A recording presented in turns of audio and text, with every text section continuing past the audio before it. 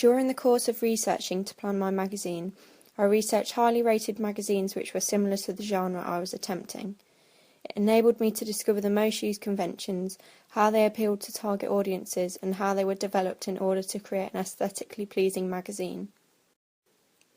Researching allowed me to consider titles for my magazine. When looking at similar genre music magazines, I discovered that shorter titles were more aesthetically pleasing than longer titles. The short and sweeter they are, the more they are remembered by readers. V and Spin magazine titles were particularly effective as they stood out, depending on where they placed the title, and I wanted to challenge this idea. When shorter magazine titles are used, you can experiment with them. For example, V magazine was used in between the main image to look like Beyoncé was holding it. This is effective because it highlights its importance. I did not choose to have my title in the centre as I wanted to challenge where the title worked best. However, it was still effective on my front cover as it took up negative space and stood out significantly. I decided to use this convention in my own work by naming my magazine X. X has connotations of both mystery and paradoxically very specific detail, as my magazine includes both specific things associated with my genre of pop, as well as the mystery and fun that goes with the genre. I developed V's use of the masthead by placing mine in the traditional area of the upper left-hand corner. This both used an existing convention, CQ and NME, but challenged and developed the masthead convention from magazines such as Clash, Love and Wonderland.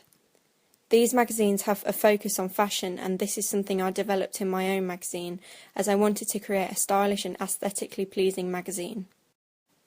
Researching allowed me to discover the most popular front page layouts, known as the F and Z layouts. I particularly like the Z layout because it is simplistic, which goes with my idea of having a simplistic magazine. F layouts need more text to be used, therefore would not fit with my simplistic layout. The preliminary work allowed me to experiment with other front cover layouts, however did not fit the look I was attempting. Rule of thirds and the golden spiral layout was taken into consideration.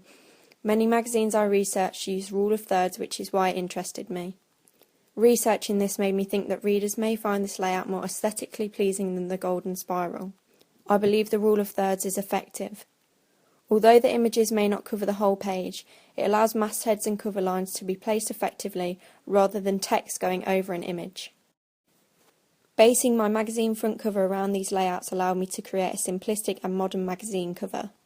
Due to my magazine being very minimalistic and simplistic, it was difficult to maintain a layout. I tried to sustain the Z layout as it goes from left to right. I developed my layout by researching Love magazine. The magazine's recent release consists of a layout similar to my own. It does not fit an ideal layout, however still looks consistent and effective. I challenged Wonderland magazine because my magazine is similar to this layout and genre.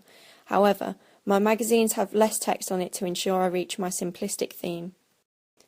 It has become evident from these images that I have challenged the Swiss page harmony layout.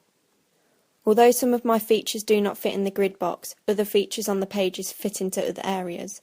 For example, the masthead on the front cover fits perfectly in the top right box. My text on the contents and the pull-out quote on the double page spread fits in the centre box. Researching costume, props and iconography allowed me to see what I should consider within my feminine music magazine. Billboard and GQ magazine use props or jewellery often.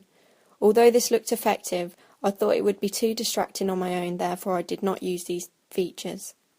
Prop ideas were replaced with makeup. I developed this idea from Love magazine. They did not use props on their front cover. This was an effective replacement because it made my model stand out and her makeup also goes well with the colour scheme. The pink lipstick highlights the female target audience as pink connotes females. Billboard and V magazine's clothing are usually quite simplistic. I used and developed this idea into my magazine. The use of simplistic clothing complements both the model and the cover well as it contrasts with the colour theme of my magazine. Beyoncé wears white on V magazine. This goes well with the masthead colour and complements the navy background. I ensured in my photo shoots the models wore either black, white or grey to complement my pink colour scheme and overall magazine. I developed my magazine by looking at the front cover of Wonderland and considering the clothing used. The model on the front cover is wearing a crochet material. The idea of using a different outfit material other than cotton was effective because it stands out and complements the simplistic magazine. I challenged the material of the clothing the model was wearing by introducing my model to a mesh material. It is presented as flirtatious and adds personality to my model. Researching camera work and framing of images made me realise many music magazines similar to my genre chose mid-shot angles. This angle is effective because the upper half of the models are shown and their eyes can draw in the readers effectively. Having a mid-shot on the front cover of a female magazine is effective because it is inspiring. Younger audiences may aspire to be or look like them if they are appealing. I only maintained mid-shots throughout my magazine because I was influenced by other magazines, mainly Clash's Pop issue. This magazine uses many mid-shots and I was inspired to find out about the camera angle. Websites suggest that mid-shots capture a subject in more detail and also capture enough for the audience to feel they are looking at the whole subject. I agree with this statement because the audience do not need to see the artist's lower half of the body, therefore other camera angles such as long shots are irrelevant. I developed the mid-shot idea into my magazine. I challenged Clash by having a clear consistency of mid-shots. Clash use mainly mid-shots, however there are some close-ups and long shots. I'm aware that is a challenge to the conventions of many of the magazines used as examples by the exam board, see my AFL post, but as my genre is different from those provided by the board in keeping with real media text, I have taken the risk and stuck exclusively with the more professional looking mid-shot. To avoid photos looking boring and dull, I ensured that I took great care with the mise-en-scène within the images. My additional 3 models, Bryony, Emma and Alex, on the contents page chose their own clothing for the photo shoot. This was effective as they all stood out individually. Bryony chose a t-shirt with an acid look. This worked effectively because it complemented the black and white edit and it also looks like clouds on her t-shirt. This could connote that she is innocent and goes with the flow. This juxtaposes with the quote underneath her image on the contents page. Emma chose a t-shirt with Greek mosaic sleeves. This connotes that she is quite quirky and would draw in readers. Alex chose an Aztec mosaic shirt. This connotes he's to stand out from the crowd and perhaps has an iconic personality. Their costume highlights that they fit the idealised stereotype of a mainstream social group and they do not need any of the camera angles to present this. I researched articles to consider what language I could use in my magazine. The double-page spreads I analysed used informal and formal language.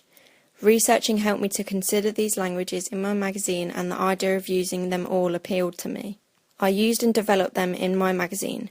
Due to my magazine being for females, I used descriptive language so my article appealed to them. I developed and used the language register from magazines such as Spin, Q and Wonderland. When analysing the headers of the double-page spread, I noticed many of the magazines use the artist name as headers. This is effective because it ensures readers know who the article is about. I use my artist as the header because it promotes the artist in a positive way. I developed this idea from V and Spin magazine. The magazines analysed use simple fonts for articles. This is effective because it is easy to read, therefore readers would be drawn in.